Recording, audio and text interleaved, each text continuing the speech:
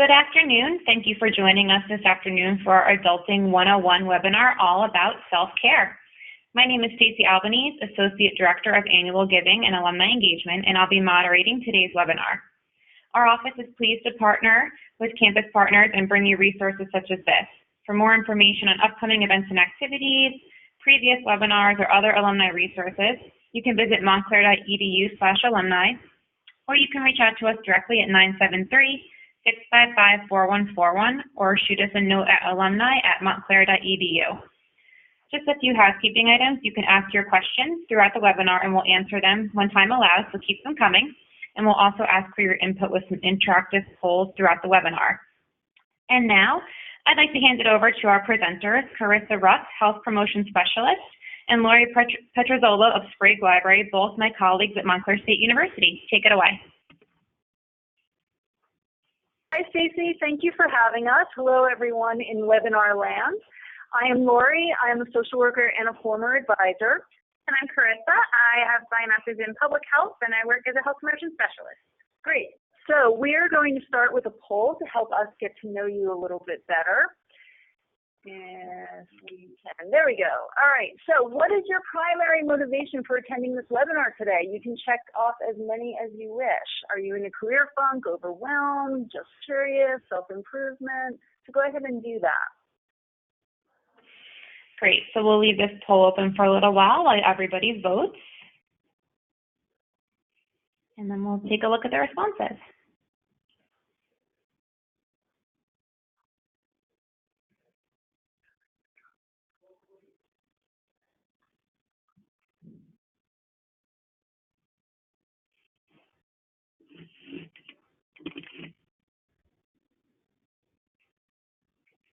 All right, looks like most of our folks have voted, so I'm going to go ahead and close the poll and then I'll share the responses.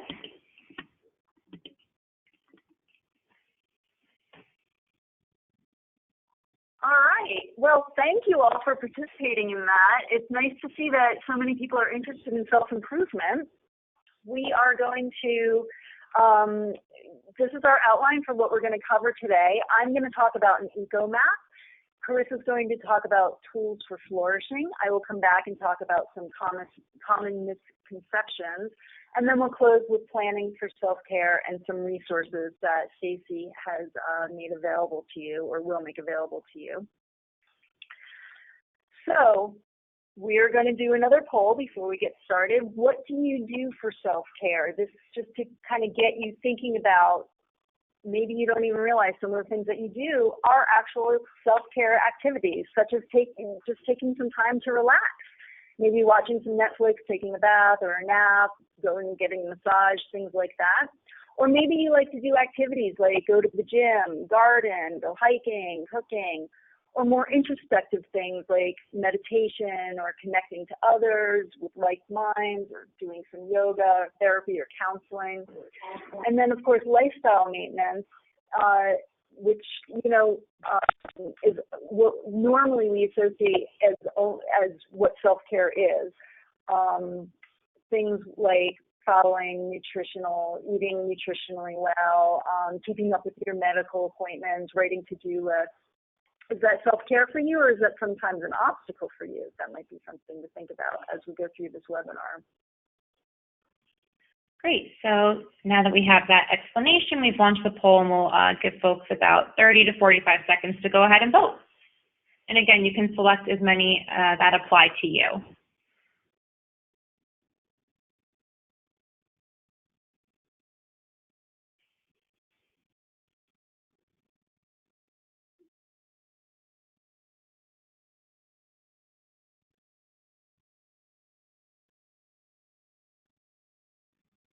All right, looks like most of our folks have voted, so we'll go ahead and share those responses.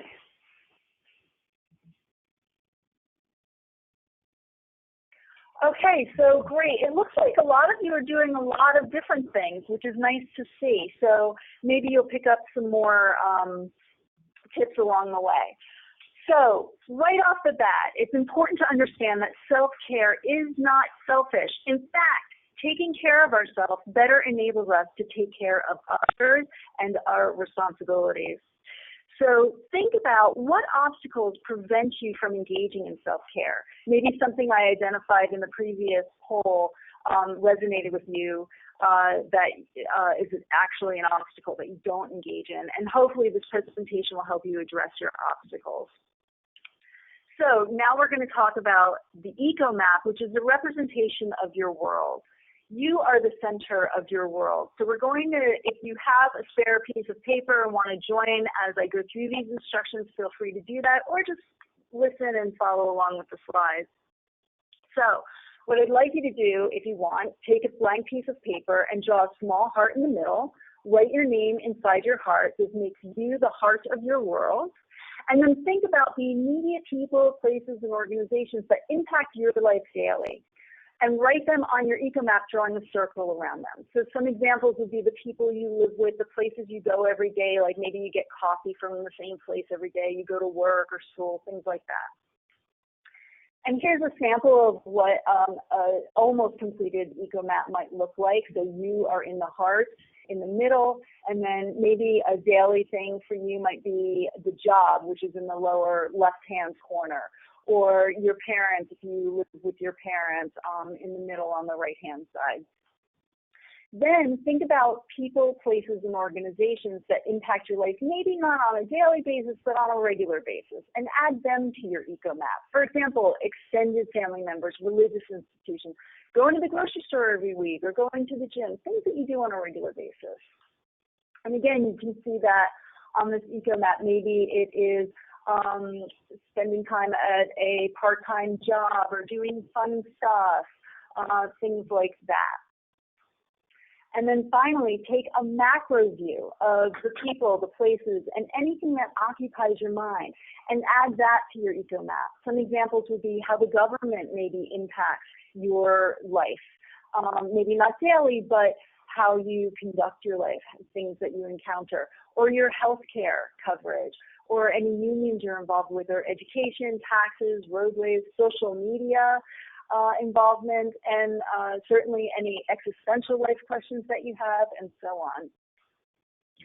So if you look at the sample eco map, you're going to see that we have everything from career clothing, financial planning, student loan payments, part-time job, new coworkers, job or career, commute, high school friends, college friends, extended family, siblings, parents, fun stuff, job search, and exploring new interests and places. So feel free to keep adding to this as we continue through our talk. But now what I want you to do is to draw a line to represent your connection to each circle. So in the box on the left-hand side, you're going to draw lines that indicate your level of connection with those circles. A strong, thick line would indicate one connection.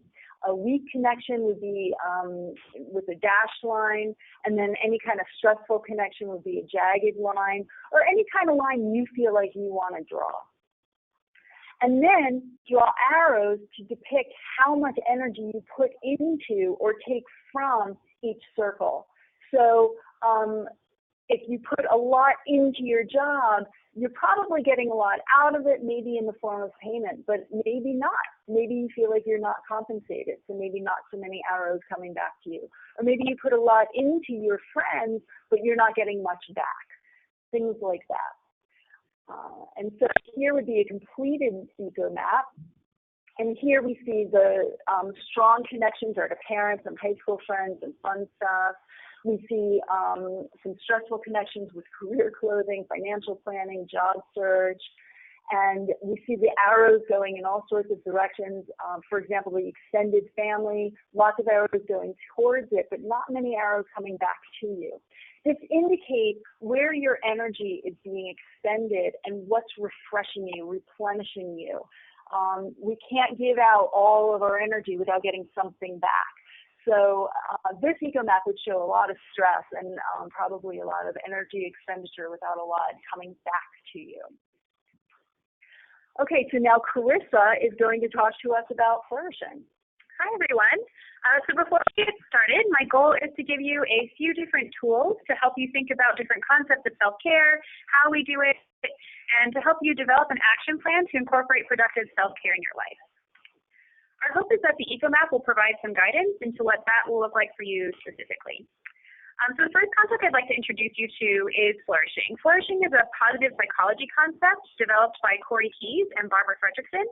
I actually had the pleasure of taking a class with Corey Keyes, so that's my little bias. They're out there.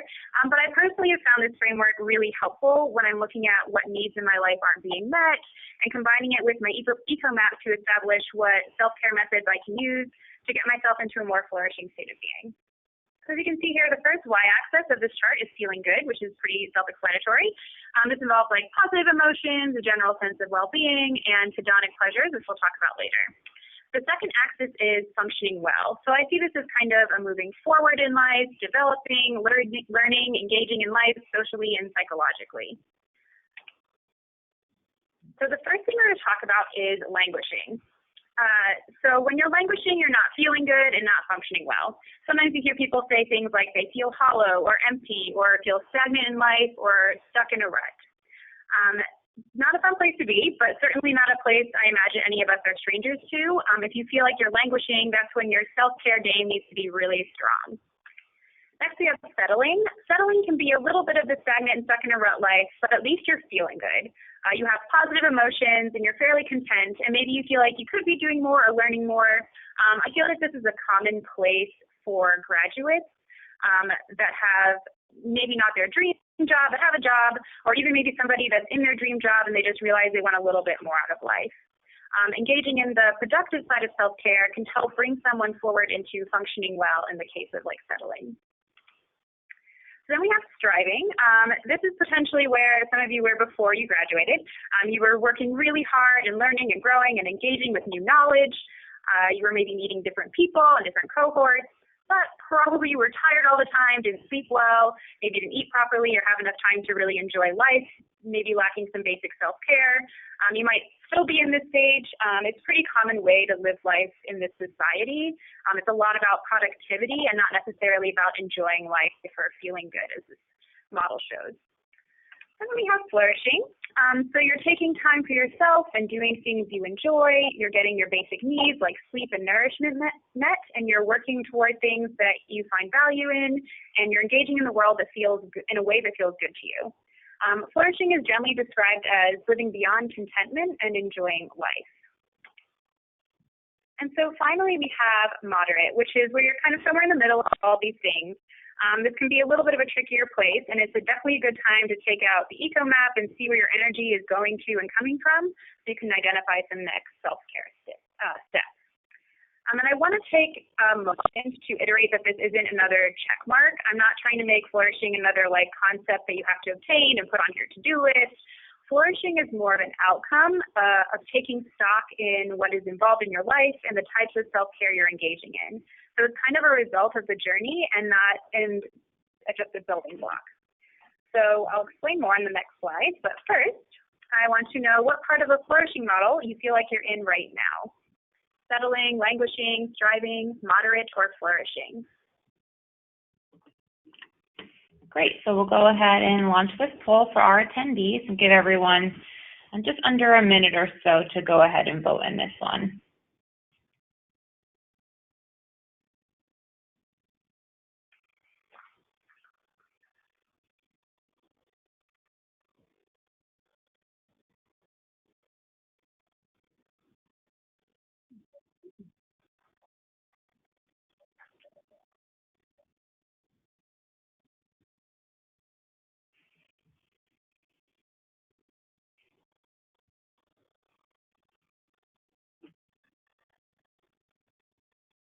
Great. Looks like we've got most of our votes in, so we'll go ahead and share those results. Wow, that is so interesting. Okay, I love that. So a lot of people are moderate. That makes sense. There's some languishing, settling. We're kind of split across the board. So yay. I think this is a good time for you then, because we definitely have some tools and some planning that we can do to kind of move us around in this model. Okay. So for all the psych majors out there, Martin Seligman wrote a DSM-like criteria for flourishing, including 5 core features, which are positive emotions, engagement, interest, meaning, and purpose. and then having at least 3 of these additional 6 features. So we have self-esteem, optimism, resilience, vitality, self-determination, and positive relationships. So basically, in order to be flourishing, you'll have all of these core features and then at least 3 of these 6. Like, for example, I'll probably never have optimism because that's just not who I am. But I might have like self-esteem, resilience, and vitality, and then that would still put me in that category of flourishing. So this is a good thing to kind of just look at and check in and see where we're at. These are also some important concepts of flourishing and general happiness.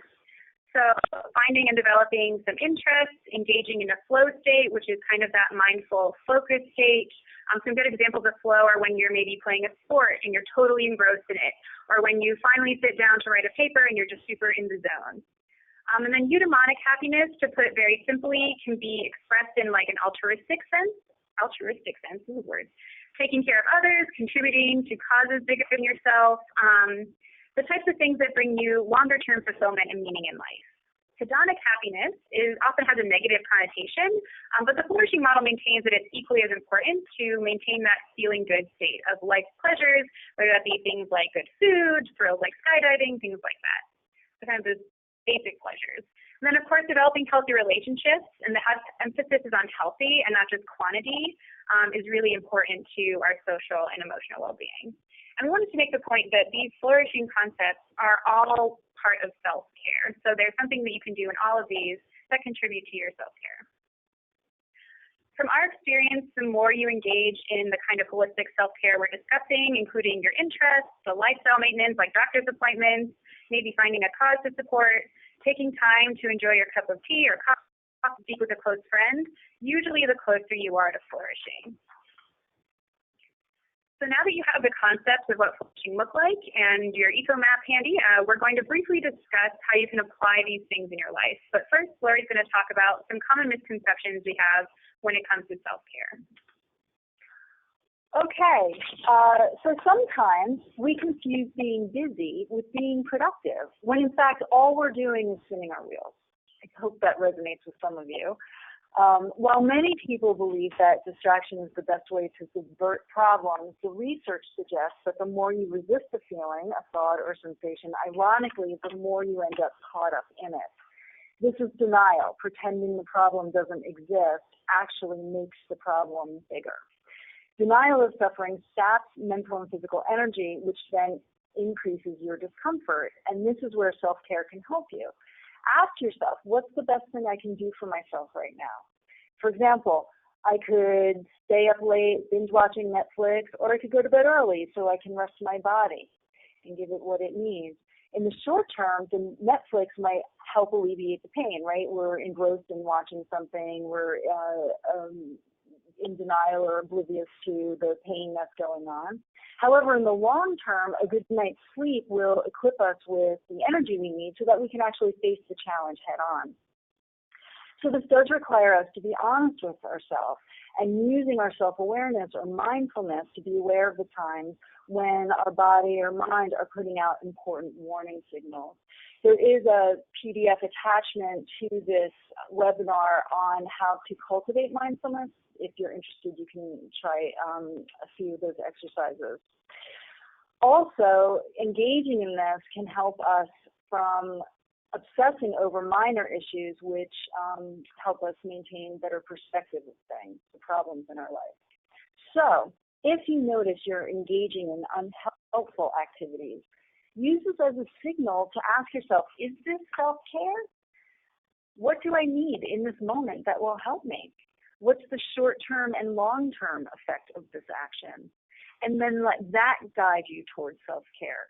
So one example would be, I'm not saying that there's never a time to use binge watching Netflix as self-care, but maybe be selective about it. For example, for me, after the holidays, I do a lot of hosting around Christmas time. And the day after Christmas, that would be my day to binge watch Netflix, right?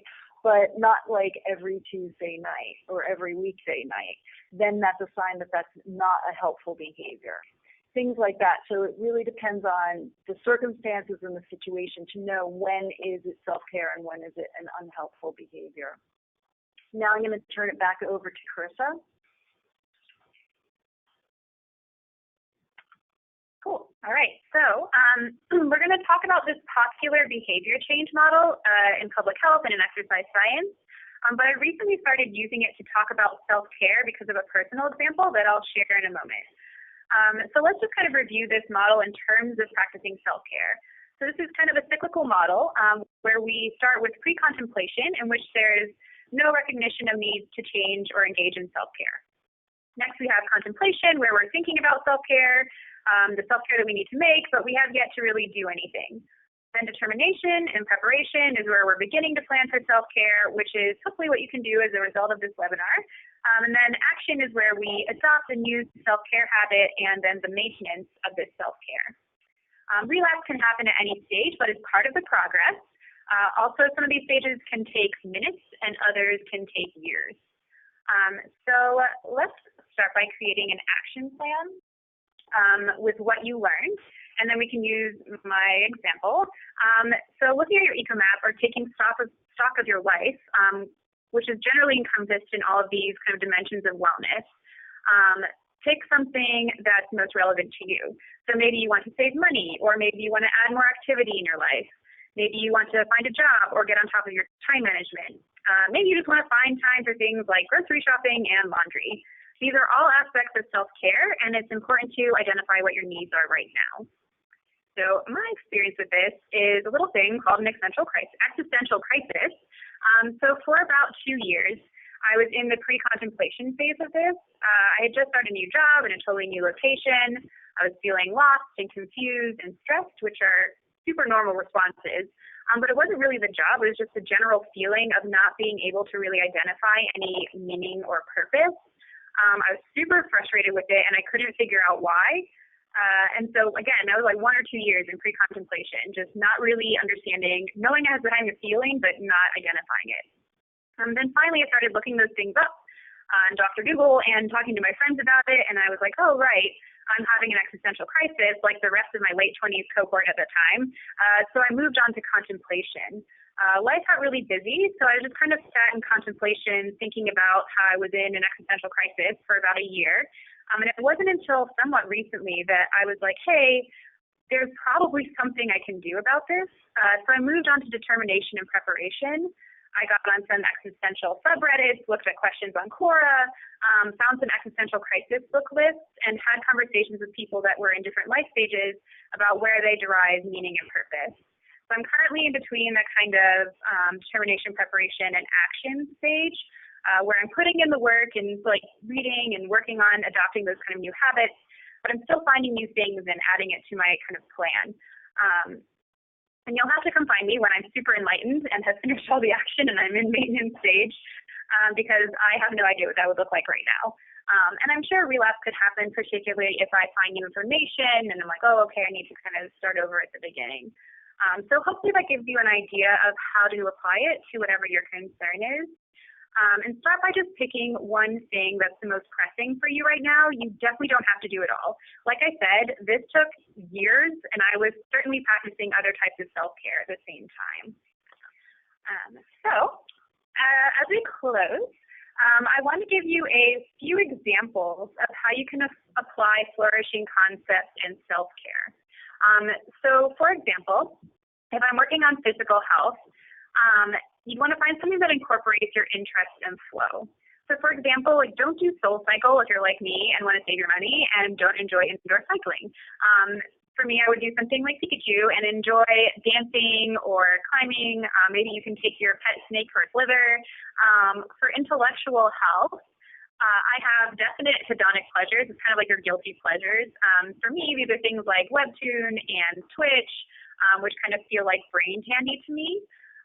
My eudaimonic happiness, which is kind of my altruistic sense, is coming from providing this webinar with Bori and having these great conversations.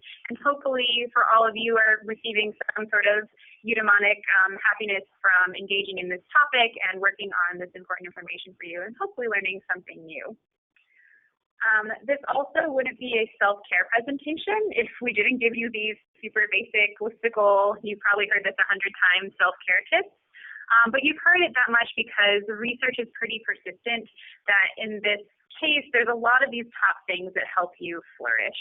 So those things are 3 to 5 expressions of gratitude every day, journaling, exercising for at least 30 minutes 3 times a week, and then mindfulness. So doing some sort of meditative act. It doesn't necessarily have to be specific, like sit on the floor meditation. It can seriously just be drinking your coffee or something like that. I added some apps that I like to use that have just helped me because I'm very app-friendly human. So I use like 1 second every day. I'm sure you've heard of it. You take like 1 second video clips of your day, and then it kind of smushes it all together, and you're like, wow, I do a lot more in my life than I thought, although mine's mostly my cats, but that's fine. And then journaling, you can do any type of journaling. I always wanted to be that book journal person, but I found that Penzu is a online like encrypted journaling that's just easier for me because I type fast. And then again, exercise, just do what feels good for you, any type of movement that feels good. Don't force yourself to run if you hate running. And then mindfulness, like I said, Insight Timer is a good free app. Headspace has some good, if you still have your Montclair address, you can get a pretty good discount. And they have a really good meditation sequence that teaches you how to meditate. So we also would like to thank you all for coming. Yes, thank you. Today is actually International Self-Care Day, so perfect time to do a self-care workshop. So take some time to identify and engage your self-care today, and we'd like to take any of your questions if you have any. I know I spoke super fast, so feel free to tell me to iterate something again. That was great. Thank you, Carissa and Lori, for all of this. A couple questions folks were asking about the resources. So there are resources attached. There's a copy of the presentation as well as the other documents that both Carissa and Lori referenced. So you can download them directly from the webinar. They'll also be in a thank you email that will go out after the fact, along with a recording of the webinar. So you can revisit things. You can work on your own eco map. And hopefully take some of those resources with you. Another question that came up is in regards to gender norms in self-care and the stigma that's something around that. Do you guys have anything to offer on that? That's a really good question. So I think it depends. So it depends on what the kind of context of the question is. But if it's kind of like rallying against gender norms, and that can definitely be draining because you're like fighting an entire really long system. And so you can jump in any time. Yeah, no, yeah, right. But it's I think it kind of touches on being true to your needs, and self-care does not look the same for everyone. Somebody who's like what Carissa was saying before, self-care might be running for some people. For other people, it might be meditating. Very polar different activities, but both can be self-care.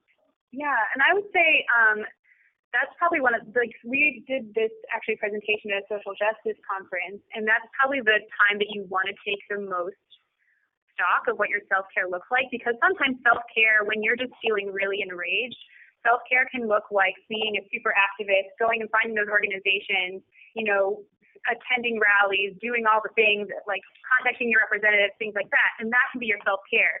But other times, and I think it's okay, we're kind of a society where activism is like, do it all the time. But I think when you're really in that work, it's so draining that you have to come and take a step back and really take time to be like, okay, I'm just an individual. I can do these great things, but I still need to exist as an individual to do these great things. So allowing yourself that space to kind of step back, and maybe even just having a conversation with someone else who's doing that kind of work, and just connecting on how difficult it is, and just taking a day or two to kind of breathe and not look at the news sometimes is something I have to do for sure. Yeah, for sure. And I would also say that, it's great to stand up for the things that you believe in, but the motivation behind it needs to not be mainly, primarily anger, right? So of course there's some anger mixed in, but our motivation needs to be for the greater good. Because if we're solely focused on acting out of anger, we're going to deplete our energy. We're going to actually tax ourselves more, rather than if we're coming out from that eudaimonic, that greater good purpose, then that actually we receive energy from doing that. It's not just an expenditure of energy. hopefully that makes sense, and hopefully that answers that person's question. Great. Any other questions? Another question that came up is, I think it was great, and we got some feedback that we went over the different types. I think some people don't realize that following a nutrition plan or keeping up with their appointments is just as much self-care as physical exercise or a spa day. So those, I think, can be time-consuming for some people, and I know we talk about self-care is not selfish, it's important to fit it in. Do you have tips for people who maybe only have 15 minutes or they need to take a minute at work because they're feeling anxious, or just on their lunch break, like today, hopefully some folks are joining us? Do you have any tips on sort of quick resets in terms of self-care? Yeah, sure. I think, what you said is part of it. Self-care does not, like Carissa said, it's not something we have to check off. Like, it's not another to-do list item. It's something that is part of our daily living. So, for example, today is the first gorgeous day we've had in, at least if you're in the New York tri-state area, it's the first gorgeous day we've had in about a week. And so maybe take a slightly longer walk to your car, right? Or park farther away from wherever you are going today and just enjoy the weather a little bit more. Maybe if you're feeling really stressed at work and you're feeling overwhelmed with stuff, take a break. Just give yourself 5 minutes to regroup, to breathe deeply, to do something that's going to help you relax a little bit. And sometimes we confuse taking that break with, okay, I'll surf the internet, or I'll go to my app and look at, I'll check Facebook posts or things like that, when in fact all we're doing is occupying our mind with something else. It's more distraction than actually taking a break. So that's not as helpful as just taking a little walk, breathing in, getting in nature, getting some fresh air, something like that, or maybe having a nice conversation with somebody at work that you like, before diving back in. And maybe you enter with a fresher perspective then when you return to it. Yeah, I would agree with that. I think also kind of using your eco map, or like where you're putting your most energy, and prioritizing whatever is the most important thing for your self-care that day. So if you only have 15 minutes a day, what maybe in the beginning of the day you can think, okay, what is my priority that I can get done at work or get done during my lunch break?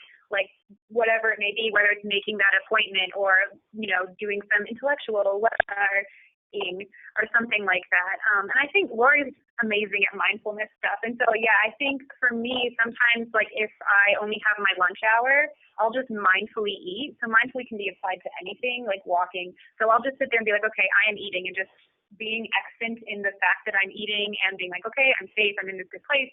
That kind of can help set me in a better space, I think. The mindful eating is actually a really good point, because we all eat every day, many times a day, hopefully. And, eating, it's so common for us to be tuned into something else while we're eating. Maybe we're talking with other people. Maybe we're, checking Facebook. Maybe we're watching videos. Maybe we're doing all at once. Maybe we're not taking a break from our desk. We're eating at our desk. We're still working. And all of a sudden the meal is all consumed and we don't even realize that we ate something. So that's a signal. Here's an opportunity for me to do some self-care. Eating is self-care, right? You're literally nourishing your body. So why don't I tune into that for a little bit? And maybe it'll feel like the longest meal you've ever eaten in your life, but maybe for the first 5 minutes or the first 5 bites. Start small. See how that feels, and see how do you feel after you've eaten mindfully and after you've eaten not mindfully. What's the difference? How does that work for you? That might be a good way to enter into this practice. That's great advice. Thank you.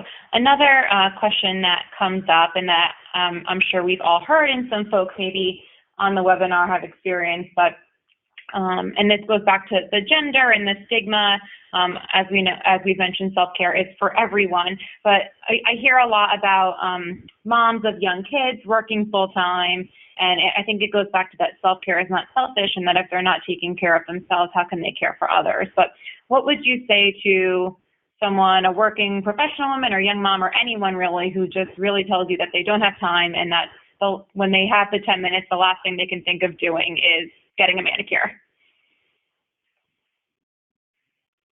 Right. I feel for you. It's not easy, especially working full time, managing with young kids, and probably extended family as well, and it's a lot. The key to self-care is balance and figuring out and really prioritizing, really taking time to do that eco map and figuring out where your energy is going. And finding where you can get energy from.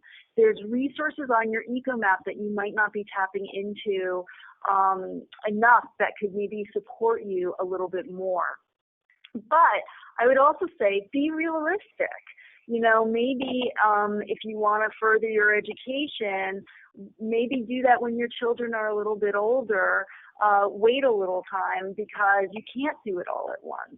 And I think this myth that, especially for women who work full time, that you can have it all, you probably can have it all, but not all at the same time. And that's okay too. If your young children are your priority for the first however many years that you want to make that your priority, then that's your focus. And then that's your self-care, taking care of your children and focusing on your energy towards that is your self-care. You're nurturing what is most important to you. And then when they're older and you can take a little bit more time for you. I hope that makes sense. Feel free to ask more specific questions if you have them, but the key really is balance. Great. Yeah, I think the last thing is if you can just show that resources page for the group, I think that would be really helpful before we end. Awesome. Thank you. And folks for asking. And again, there's some resources attached to the webinar that Carissa and Lori have provided, and you'll get a copy of everything when we send the follow-up email. And I think that wraps it up for our questions. Yeah. So I want to thank everyone again for joining us this afternoon on your lunch break, and a special thank you to Lori and Carissa for facilitating. Anything else? Thank you. All right. Thanks, all. Enjoy the rest of your day, International Self-Care Day. Thank you.